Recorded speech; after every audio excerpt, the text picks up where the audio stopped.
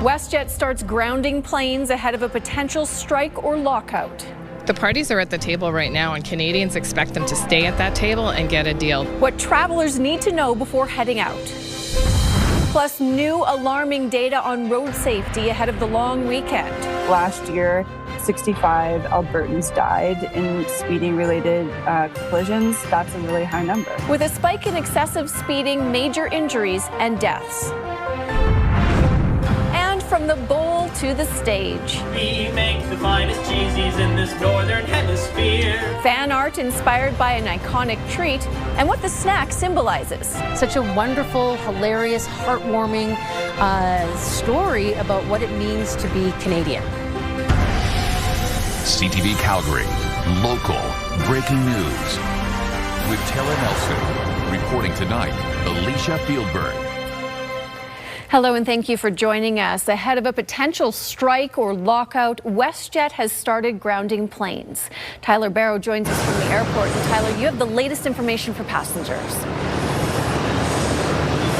Alicia, the airline is advising travelers to check the status of their flight before heading to the airport. Now, this comes ahead of the potential strike, which would start first thing Sunday morning. Now, typically, airlines do cancel flights ahead of a potential work stoppage to prevent crews or passengers from being stranded. If a deal is not reached by Sunday morning, either side could trigger a work stoppage, leading to hundreds of flight cancellations. WestJet hasn't said how many planes have been grounded. The Canadian Union of Public Employees, which represents 4,400 flight attendants, is continuing to bargain with the airline, but says the two parties remain far apart on key issues. In response, YYC Airport wants travelers to know it is there for anyone caught off guard by the strike with wayfinding and customer care supports. The potential travel disruption comes ahead of a busy long weekend for airports across the country. I'm so worried. It's like I know if it happens, I'll get stuck there and I'll have to spend more money. I was thinking about whether I should cancel the flight or not, but as I said, I've been planning it for such a long time. So I'm going ahead. We received notice that WestJet flight could be cancelled. So we are so worried about that. Now, Federal Jobs Minister Patty Hajdu weighed in on the matter, saying Canadians expect the two sides to come to this table and stay there until a deal is reached. Now, a special mediator is working with the two parties to reach a deal. Alicia? Well, it's a scorching kickoff to the long weekend. Calgary's dealing with a yellow heat warning today, and the same is expected tomorrow. This afternoon, some went to festivals and parks to soak it all in, while others hunkered down to stay cool. Tim Brooke has more on how to stay safe in the sun. Almost on top of an outdoor oven for days on end is perhaps the last place you'd want to be during a heat warning. Just don't tell the cooks at Flavor's Nigerian restaurant. Do you want to trade this over for the winter? So I guess it's good because sometimes the breeze blows in, so it cools you off. And we have the shade there, so after cooking, I go in there and sit under the shade and get some cool air. It's a positive spin on a sticky and sweaty situation. There was a lot of that Friday at the Taste of Calgary. The jacket is actually sunscreen. It's SPS protective, so that's the only reason I'm wearing it. Otherwise, I would be shirts off, tarps off. People of all ages enjoyed the heat and some cool treats during the annual festival. It always falls on a hot weekend, but we have lots of misters around. We have lots of cold beverages. We have lots of umbrellas and some shady corners for everybody to eat and get comfortable. Experts remind Calgarians to stay sharp. Even in 20-degree weather, however, if you're overexerting or excessively exerting yourself in the heat, it can still be a concern. Knowing your own body and limitations is very important, but if you can, do take frequent breaks out of the direct sun and heat, whether it's just into shaded areas. Also, wear a hat, sunscreen, and make sure to hydrate. And keep a close eye on kids. They might feel differently about all this heat. It's burning too hot. She's tired, always. 20 degrees, 25 degrees is where I'm good, but 30 above sucks. And Tim joins us from Nose Hill Park tonight. So Tim, heat isn't just a risk when you're outdoors. Yes, and that's why, Alicia, everyone should be paying attention. unless, of course, you have air conditioning. So at home, especially tonight and tomorrow night, all Calgarians should be really aware of what the temperature inside their home is. If it rises too high, experts say to open a window, but only after the sun goes down, obviously to get some fans to circulate some of the air. And if you're one of the lucky few in our city with a basement, the advice is, Alicia, maybe spend some extra time in that basement this long weekend. Thanks, Tim. Danielle, it is spicy out there, and you can see behind Tim it was smoky as well. Yeah, it's smoky. We have smoky hot conditions right now, and that's going to be the story tomorrow as well. And then we're completely changing our weather patterns. So there's a lot going on over these next few days. I'm going to make sure you're prepared for it. Radar and satellite. I know it looks like I'm showing you just nothing, but really there is nothing happening other than, of course, the heat and the smoke. And that's because the jet stream, you can see this defined arch right here, this ridge of high pressure that is in place, and that's keeping everything up and above it. But that's going to slump down for Sunday and change our game. 29 degrees, and look at that smoky skyline. So air quality health index will remain for the next 24 hours around moderate to high, mainly on the higher level. When it does, move out at times, you will see some sunshine. And tomorrow is an even hotter day with a high of 33, Alicia. Thanks, Danielle. 2 people face homicide charges in the stabbing death of a man in the southwest Calgary neighborhood of Ross Carrick. Police say officers were called about a disturbance in the 1400 block of 38th Street Wednesday night and found 23-year-old Jaden Big Sorrel Horse lying on the street. He died in hospital from his injuries, and 2 people were taken into custody. Now, 23-year-old Dechana Wells and 23-year-old Tachia Wells have each been charged with manslaughter. The man charged in a High River death earlier this week made a brief court appearance this morning. 36-year-old Jarrett Stobe appeared virtually in an Okotoks courtroom. His case was pushed to next Friday. Stobe is charged with second-degree murder in the death of 36-year-old Kayla Bleeker Tuesday night. Police found Bleeker in her house with gunshot wounds around 9:30 p.m. She died in hospital. A GoFundMe organized for Bleeker's family describes her as a devoted single mother to her 2 daughters, who are 6 years old and 10 months old. Airdrie RCMP have released a photo of the suspects involved in assault on July 15th. The victim says a group came up to his vehicle in the Crossfield Arena parking lot, forced open his door, and pepper sprayed him. Police have also released a photo of the car the suspects used. Anyone with information about the crime is asked to contact Airdrie RCMP. RCMP say the hiker who went missing in Waterton Lakes National Park has been found dead. On July 16th, Bob Toodle set out to hike the Great Divide Trail and was expected to arrive in Coleman on July 22nd. The 81-year-old was reported missing the next day. Search and rescue crews, along with Parks Canada and the RCMP, spent 7 days looking for him. Toodle's body was found yesterday. His family says he died after a sudden slip and fall while hiking the Lynham Ridge area. More displays in the memory of Parker Wells are up across Calgary. The city has lowered its flags to mark the passing of the 11-year-old. Mayor Jeremy Farkas says flags will remain at half-staff at City Hall, all fire departments and police stations until Monday. Last night, an impromptu vigil for Parker happened at Laycock Park, one of the last places the boy was before he died. Many never knew Parker or his family, but say they felt a personal connection. A larger public memorial is being planned by the local community center, and those details are still being finalized. The Al Maka Calgary Islamic Society held a memorial prayer service last night in remembrance of Parker Wells. It was held outdoors in Northwest Calgary.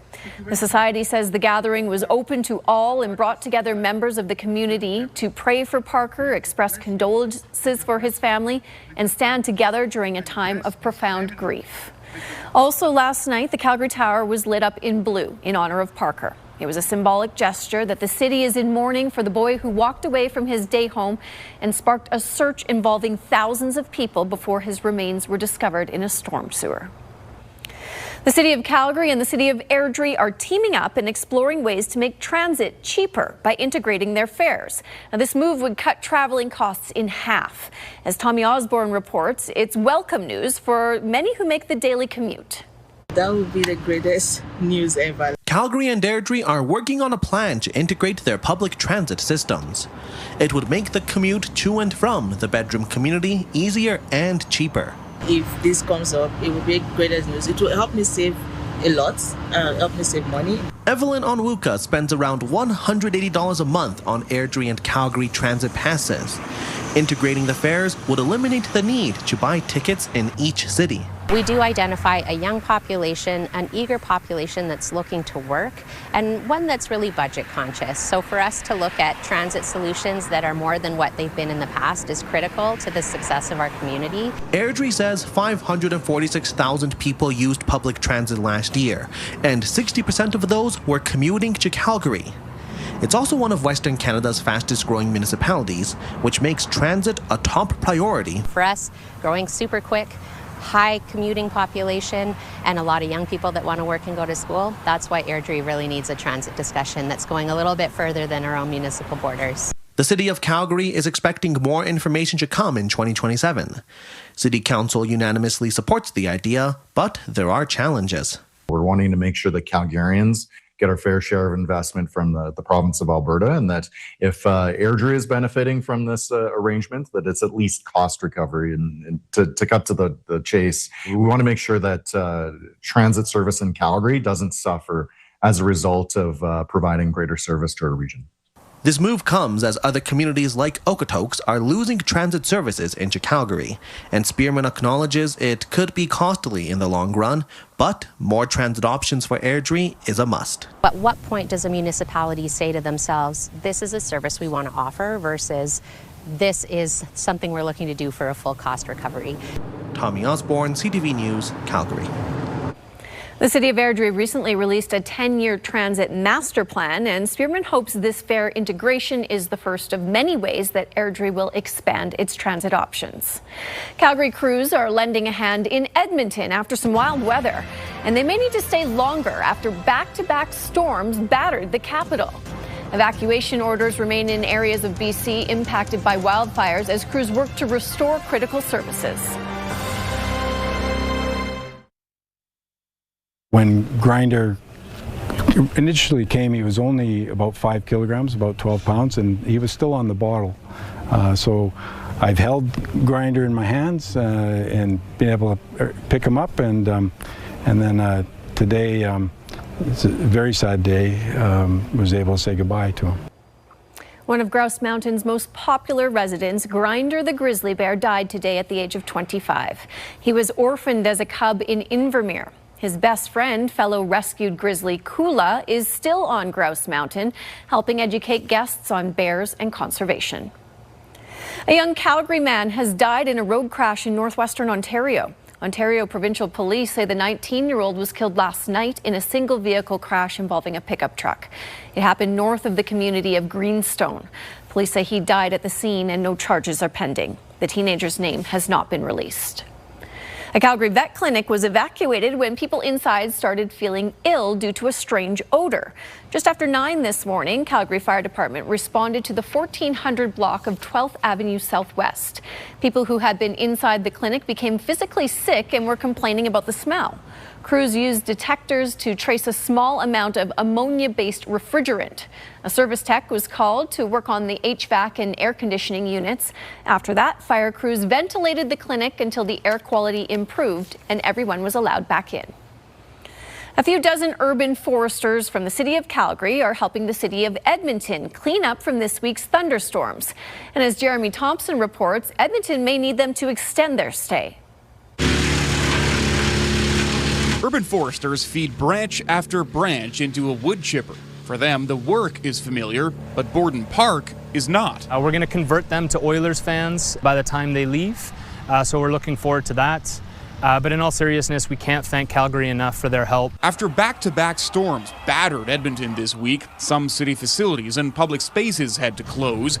Infrastructure like this fence was damaged, and countless trees and their branches still clutter streets and parks. And our priority number one is to make sure all of our public infrastructure is safe. With more than 3,000 storm-related issues reported to 311, it's just too much for city crews to get to quickly.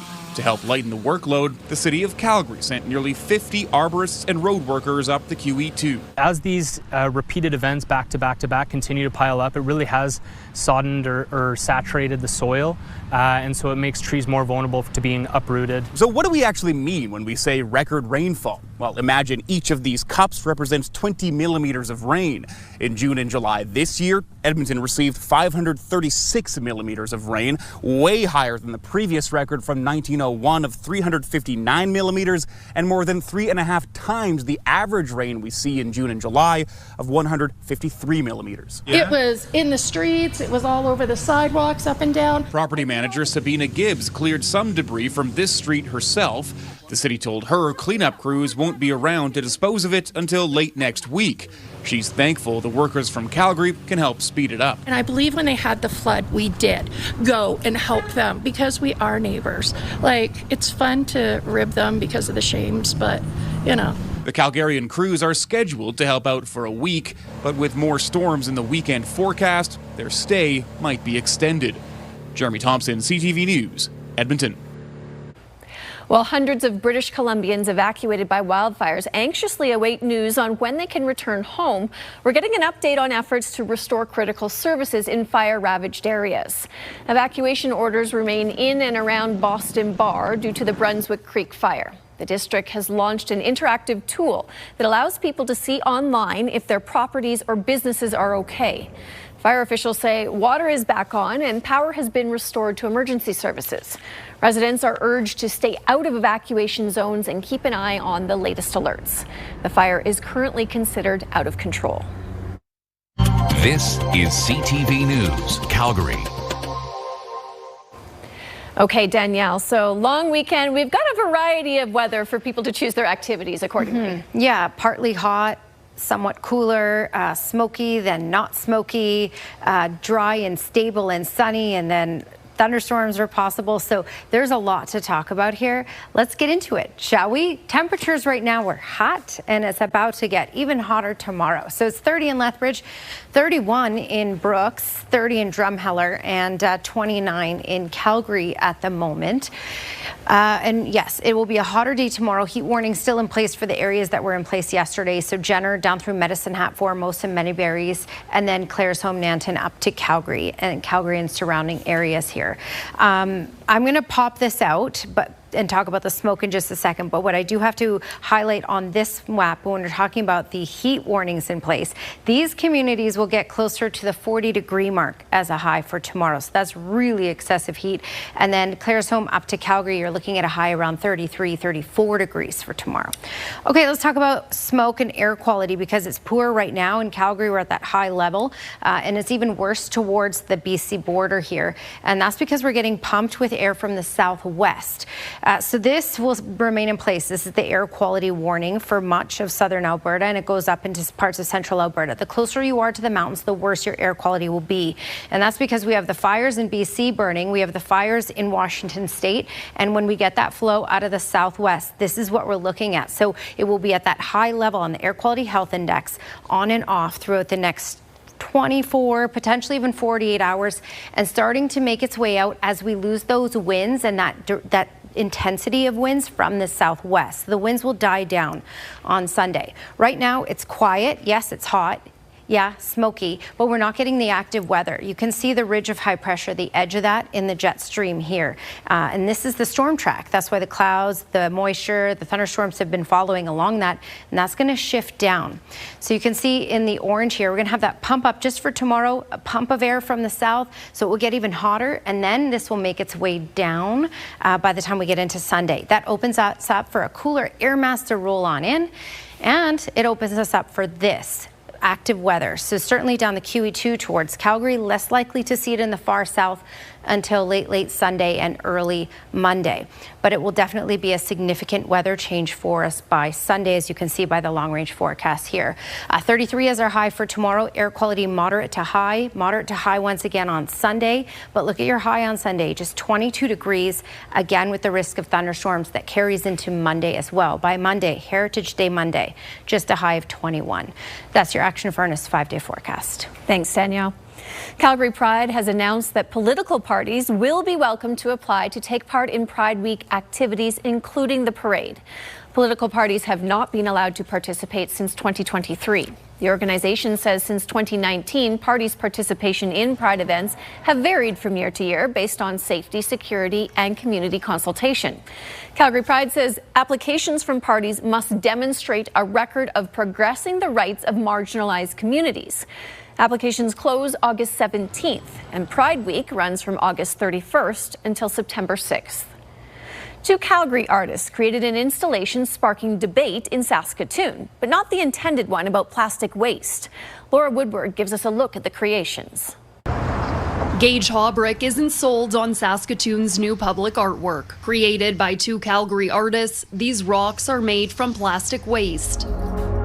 The city paid nearly $300,000 for the three sculptures located at the Forestry Farm, Diefenbaker Park, and the landfill's Material Recovery Center. Taxpayers shouldn't be shelling out hundreds of thousands of dollars to pay for large plastic rocks. It's ridiculous that anyone at City Hall thought this was a good idea. In a written statement, the artist told CTV News the one-of-a-kind project required thousands of hours of specialized work and supported businesses in the local prairie economy. The city says the project aims to get people talking about recycling and plastic waste. Hawbrick calls it a waste of money. He says the cost is equivalent to the annual municipal property taxes paid by 118 average homeowners. So 118 families, their entire property tax bills went to building large plastic rocks instead of providing the services that people want in the city. The city defended the spending, saying that the final cost remained within budget. City Council greenlit $310,000 for public art when it approved an adjustment to the Material Recovery Center budget in 2021. I think the frustration and the response that we're getting from the community is valid. I've expressed my concern about the amount that this capital art program allocates, and I would like to see the percentage coming down. Councillor Randy Donauer says he plans to bring up the concerns around these rocks at the next City Council meeting scheduled for the end of August. Laura Woodward, CTV News, Saskatoon. Canadian fan art inspired by a beloved snack is attracting crowds in Canmore. We find out more about the musical ode to Hawkins cheesies. Plus, Spider-Man delivers a record ahead of the opening weekend at the box office.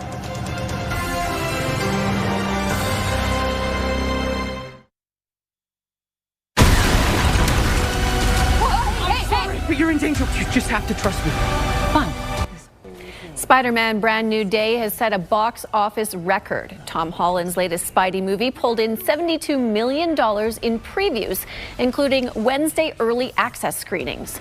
That's more than any movie in history. The previous record was held by Avengers Endgame, which made $60 million in Thursday previews on its way to the biggest opening weekend of all time. An iconic Canadian snack inspired a new musical playing in Canmore this summer. Here's a taste of the show. Bold, classic, and wonderfully cheesy. Well, maybe our greatest triumph was making the corn behave this cool. That describes both a new play and the Canadian snack that inspired it. Hawkins cheesies might seem a strange muse, but not when you consider the merits of the long-standing treat. It makes me think of community. It makes me think of laughter. Homegrown Canadian pride to be like, we created that. And you know what? It's great. The cheesy musical is influenced by the story of the Ontario family business that spawned the salty snack. It's full of surprises, twists. It's not perfect.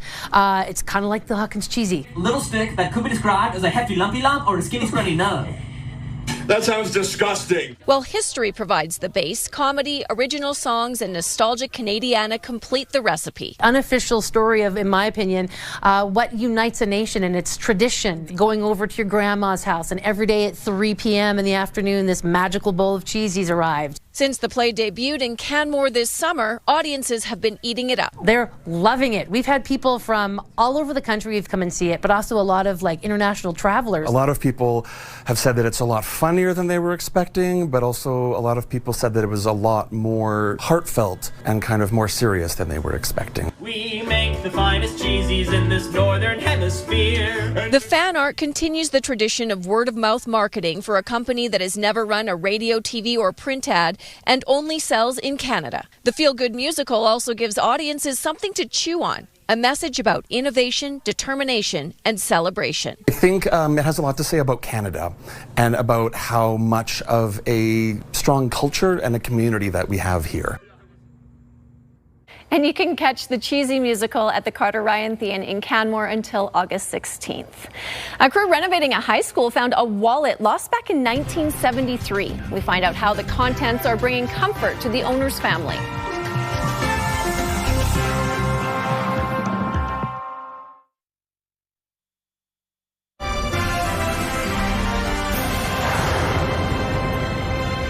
Many Calgarians are ready to get out and enjoy the long weekend, but startling numbers from AMA show that with the heat comes the need for speed and more injuries on the road.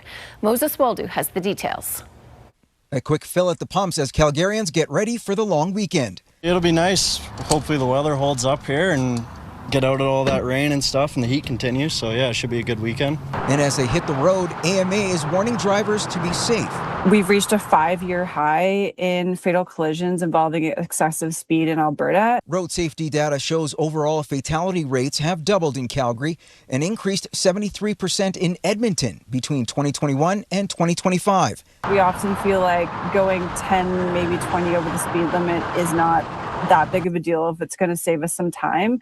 But the reality is we know from research that it really only can shave maybe 2 minutes off of your trip, and that's in ideal travel conditions. And we feel at AMA that a few minutes isn't worth the risk. AMA statistics show excessive speeding has reached a 5-year high, despite police saying they are writing fewer speeding tickets. It isn't clear if enforcement has dropped off, but with the warm weather, AMA is making sure motorists understand that you have to be aware of your surroundings all year long. People have more confidence in speeding because we don't have factors like snow slowing us down naturally. But you never know what is going to happen around you. We can't control the other drivers on the road. Calgary already has 7 fatalities due to high speeds on its roads this year, on pace to meet last year's numbers. AMA says most of the fatal collisions are concentrated on major arteries in the city and ring roads like McLeod Trail, Deerfoot, and Stony Trail. CPS and RCMP will be on alert this long weekend. With the increase in traffic on long weekends, we will be out there. And then to remember, again, the speed limits that are posted are a maximum. And to keep in mind, again, multiple people on the roadway and making sure you're staying focused behind the wheel. Something Weller and his friends will be doing on their journey to the lake. Just got to pay attention, stay off your phone, and I don't know, it should all go okay if you're paying attention on the road anyway. Calgary Police and RCMP will be out this long weekend with radar guns to ensure motorists obey the speed laws. The AMA says last year, 65 Albertans died from excessive speeding. A Calgary restaurant had a very special customer after a concert at this year's Stampede. Maurizio Abdi is the owner of Librezza restaurant in Bridgeland. The Italian eatery has been a part of the restaurant scene here since 1987. Now, Abdi was at the Flo Rida concert at this year's Stampede when the artist came into the crowd. Abdi got a chance to speak with him briefly, and it led to a big order and a big opportunity. Flo Rida put in an order for his crew, about 25 people, to be delivered to his private jet, and it came with a tour. Me and my head chef in the morning, we cooked all morning and got everything ready, and not me, I didn't cook, I don't know how to cook, but my head chef put everything together, and we went together to the private jet, and he ended up bringing us on the private jet and taking care of us, and yeah, it was a really cool experience. He's gonna come back for sure. He loves Calgary, and he said he's gonna be back at the restaurant. And Abdi said that Flo Rida's favorites were the chicken parmesan and the calamari. Well, yeah, sounds good. That's cool so opportunity. fun. Yeah. Bear bangers are small explosives that can scare away wildlife, Danielle. Well, this video isn't exactly that. Okay.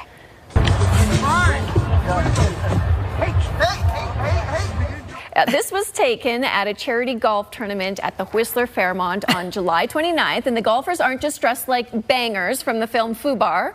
One of them is actually the lead character, Terry, from that mockumentary. Oh, no way. Yeah, but these bangers do seem effective at scaring the bear away, though. Yeah, just different kind of banger. I like that. That's right. No That's bears funny. or bangers were hurt in the making of this, apparently. So. Right. Cute. Alberta's weather changes so often, as you know, and suddenly that it's getting a lot of interest online. This is Canada. Maple syrup in my cabinet. This is Anastasia Valetka. She's lived in Edmonton for 22 years and showcases all of the quirks of the local weather on TikTok and Instagram. Everything from shoveling the driveway in shorts in the winter to gearing up for everything that you can face in the summer. See there, she's got the mask for the smoke, the helmet for the hail. Yep. We have to have everything ready to go, basically, all the time. True. I mean, it can even snow in June. That's right. Not the story right now, but you know. Well, a wallet got lost a long time ago, and it's made its way back to the hands of the family, the owner's family. I think somebody may have taken it and tucked it into the wall or in the floorboards. I think she'd be very excited that it was finally found after 50 plus years. There's a high school librarian in Massachusetts who lost this in 1972, but it was just found during renovations of that high school. And you can see the photos of her 3 kids inside. They're now quite grown up, but say that it's really meaningful to know that their mom always kept them quite close. Oh, that's so sweet. Very cool. I'm sure they're happy to have that back. Yeah.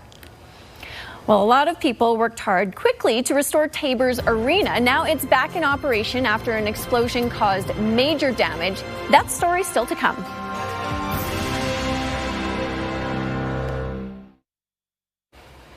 Ooh, Skywatch weather camera. Look how smoky it looks.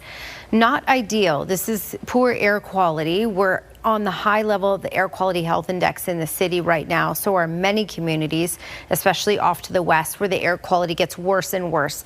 Temperature is hot. It's 29 degrees in the city, 31 in Brooks, and 32 in Medicine Hat, and we're only going to get hotter tomorrow. So these communities, Jenner, Medicine Hat, down through Foremost to the border, these areas are looking at a high tomorrow closer to that 40-degree mark.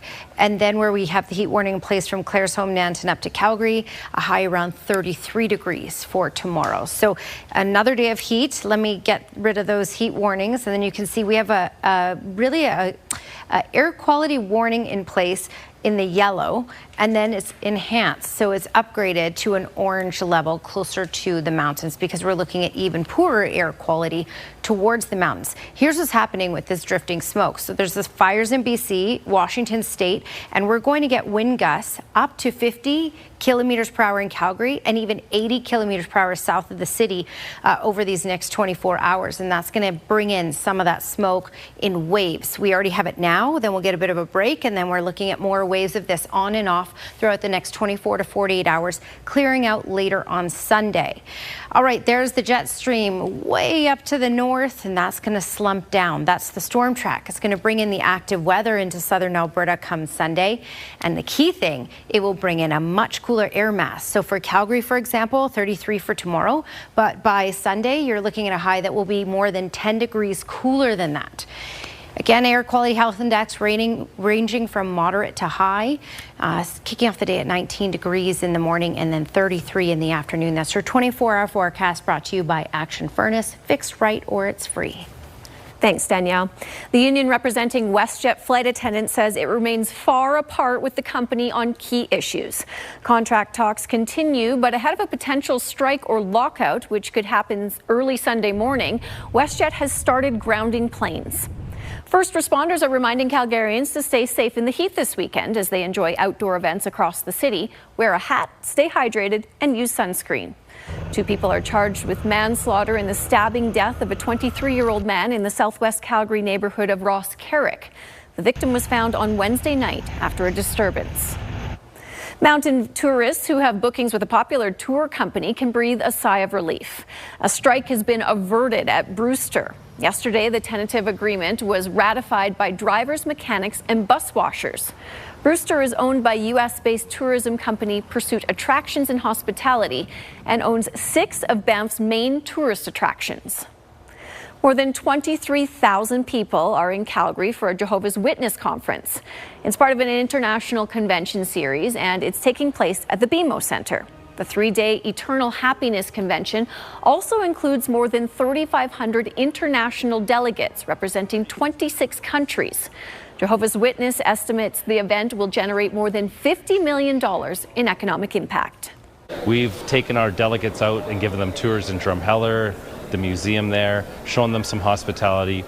We've taken them to Banff, shown them the hospitality there, and of course we've had many opportunities to show hospitality here in the city. So they've been so impressed with the natural landscape and just the general spirit of people here. Calgary is one of only 2 Canadian cities hosting events during this convention series. It runs until Sunday.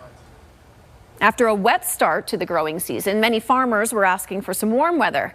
Now, this latest heat wave appears to be bringing its own set of problems. Southern Alberta saw one of its wettest Junes on record. But July has been a different story. The region finds itself in the middle of a heat wave that doesn't show much sign of letting up. Now, the intense heat is leading to crops burning. The latest Alberta crop report says the overall crop situation remains strong. Just under 80% of crops in the south are rated as good to excellent condition. But farmers will still need more moisture.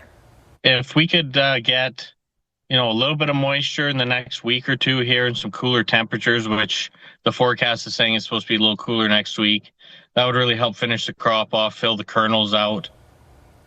The St. Mary River Irrigation District has bumped up its water allocation to 17 inches. In a statement, it said sustained heat in recent weeks has resulted in a significant increase in irrigation demand. All reservoirs held close to operating full supply limit until early in July, when demand gradually increased, allowing reservoirs to draw down. The economy grew in May, and economists say the nation is on track for a solid second quarter rebound. BNN Bloomberg's Christine Lee has more in our business report. Real GDP rose 0.3% in May, lifted by a surge in oil patch activity and increased home resales. Statistics Canada reports 13 of 20 industrial sectors saw expansion during the month, helping push year-over-year economic growth up to 1.7%. Preliminary data suggests growth continued into June. Canada is on track for an estimated 0.8% expansion in the second quarter. Here are the closing numbers for the day. The Canadian dollar is down to 71.34 US. West Texas Intermediate is up almost $1 to 84.58 US a barrel. Western Canadian Select is down over $1 to 65.85, and the TSX lost almost 280 points today. Those are your business news headlines. I'm Christine Lee. 7 months after an explosion damaged the community center in Taber, the town has officially reopened its large ice arena just in time for the upcoming hockey season. Carson Marsouk reports. The first skaters took to the ice in Taber Friday, helping celebrate the reopening of the town's arena. Great to have this large ice facility back up and running, and we're very much looking forward to a normal season this year. Last December, a failure of a component within the fuel system of the arena's Zamboni caused a propane leak and large explosion inside the arena, destroying several walls and damaging parts of the arena and curling rink. No one was injured. It was pretty extensive, and then of course the building's so old, we had a lot of things that needed to be upgraded. Not even because of that event, but just because of the age of it, it had to meet current code. So there was a lot of that. Contractors spent 7 months completing restoration work, and on Friday, a grand reopening was held. This was an aggressive target to meet, and we were able to meet it. The mayor says the incident brought the community closer together. The minor hockey didn't actually lose any games. They managed to fit their games in elsewhere, and we're very, very fortunate and grateful to the municipalities that were able to have ice availability for us, albeit having to travel. The town also came together and was nominated for Craft Hockeyville, a national competition to receive funding for arena upgrades. Taber came out on top as the winner of this year's competition. We're thrilled that we're able to win that, and the $300,000 in total going to go a long ways towards the repair and bills required for the rebuild. Repairs continue on the curling club. No reopening date has been set. For now, the town is celebrating the reopening ahead of the hockey season on September 1st. This community revolves around a community center like this, and the community has been fantastic to deal with. The whole way through, they've been really really patient and offered help in any way that they could. Carson Marsuk, CTV News, Lethbridge. A final cost for all repairs has not yet been calculated as the town continues to deal with insurance. More than 250 kids will take to the ice this weekend for the annual WestJet Skills Camp. The largest outdoor dog show in Canada is underway. It's been a tradition for decades. We'll take you to the show south of Calgary coming up.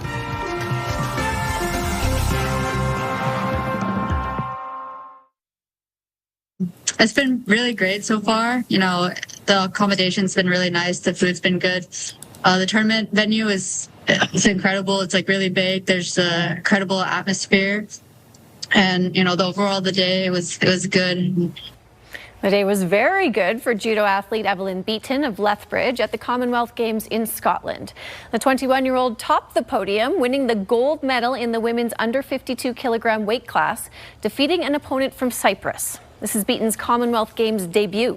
Canada has 17 gold medals overall, in third place in the standings behind Australia and England.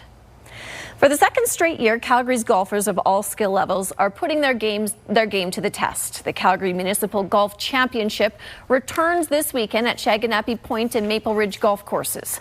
The two-day stroke tournament is open to anyone 18 and older, all skill levels, and the city says golf has really been growing as a social sport. I think the big thing you're seeing now is your 25-somethings to your 45-somethings that have looked at golf as slow, boring, and a big waste of time is now a great way to say, hey, for 4 hours, or if you play our nines at 2 hours, that you can come out and really connect with people and have a lot of fun, and it doesn't really matter what the score you shot. All those slots are full right now, but there is a wait list available on the city's website. There are also prizes for the top golfers. Hundreds of canines are competing for Summer Classic supremacy this weekend.